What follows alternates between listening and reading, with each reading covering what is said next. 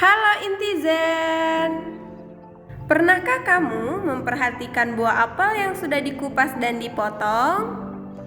Biasanya daging buah apel yang dipotong akan terlihat berwarna kecoklatan.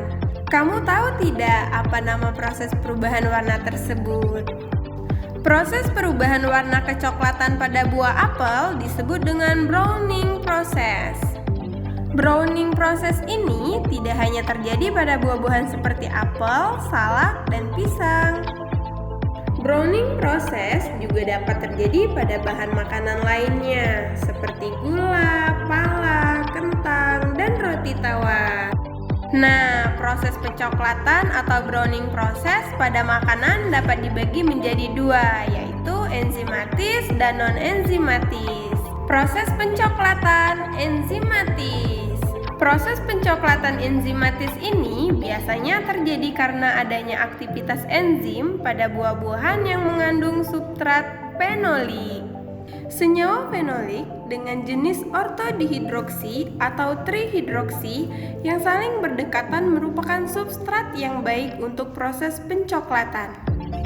Proses pencoklatan pada buah dapat terjadi apabila buah dipotong atau dikupas.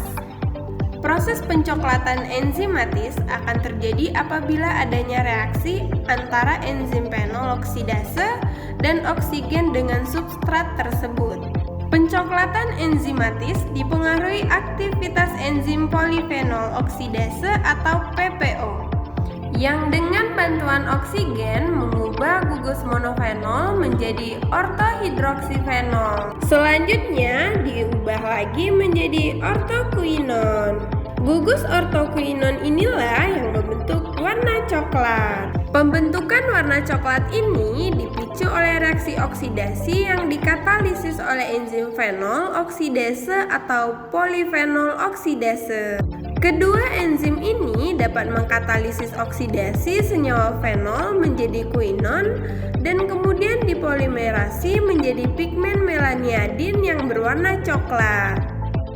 Pencoklatan enzimatis memiliki dampak menguntungkan dan juga dampak merugikan. Dampak merugikan akibat pencoklatan enzimatis antara lain menurunkan penerimaan sensori, mengurangi kualitas buah atau produk makanan segar sehingga dapat menurunkan nilai ekonomisnya.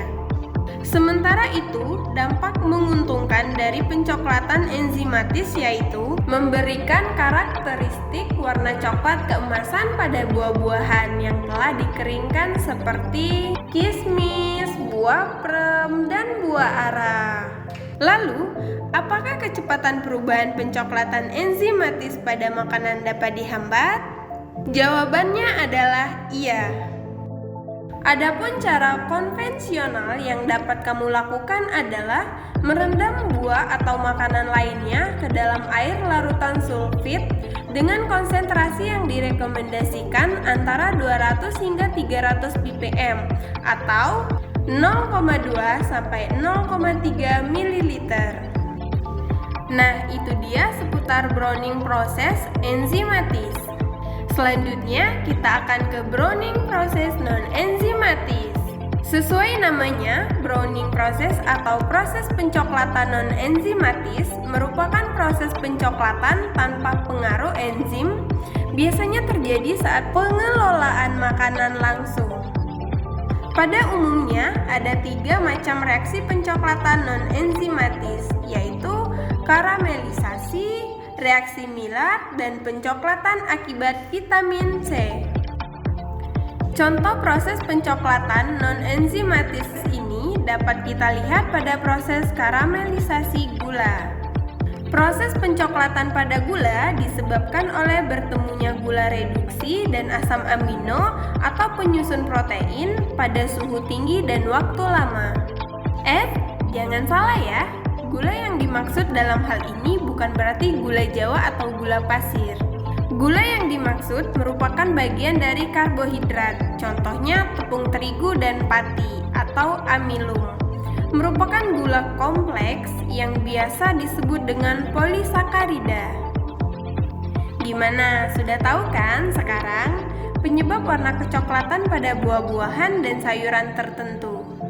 Semoga bermanfaat. Sampai bertemu di video selanjutnya. Bye-bye.